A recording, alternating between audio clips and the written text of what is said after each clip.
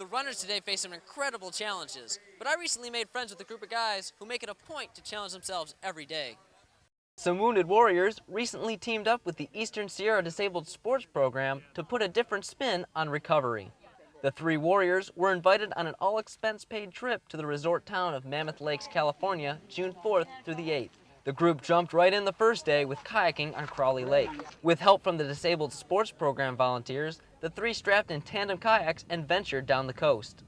Then Joshua Cope and the 2 other warriors headed to a pair of trout ponds where they received key fishing tips from the area's most notable fishing guides. This was 24-year-old Cope's first trip since his injury.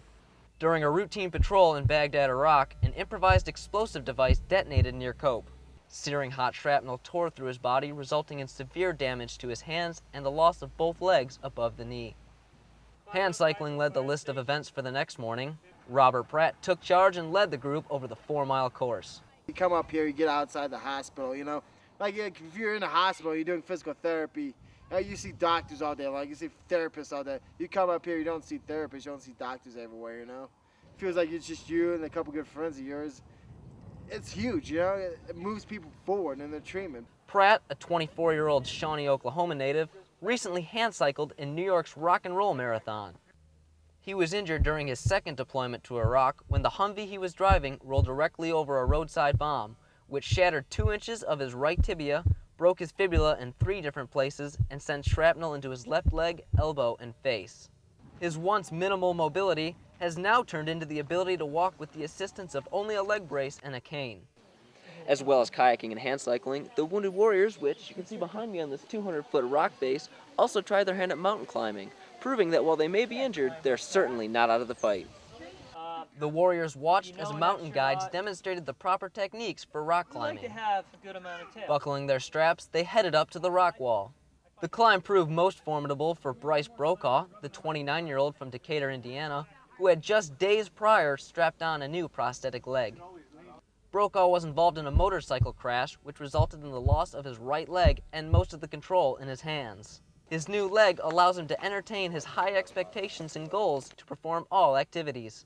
This week we did kayaking, we did fishing, we did hand cycling, we did rock climbing, which is pretty freaking amazing for a man with 1 leg. It's gone kind of beyond more than what I thought I would be able to do. It's pretty amazing. This was the second trip coordinated by the Wounded Warriors and Disabled Sports Program. Cope, Brokaw, and Pratt are still undergoing rehabilitation at the Balboa Naval Medical Center in San Diego. Reporting from Mammoth Lakes, California, I'm Lance Corporal Nick Linneman. Well, that does it for this show. Thanks for watching Marines TV Pendleton. We're going to head home and recover, but catch us next month.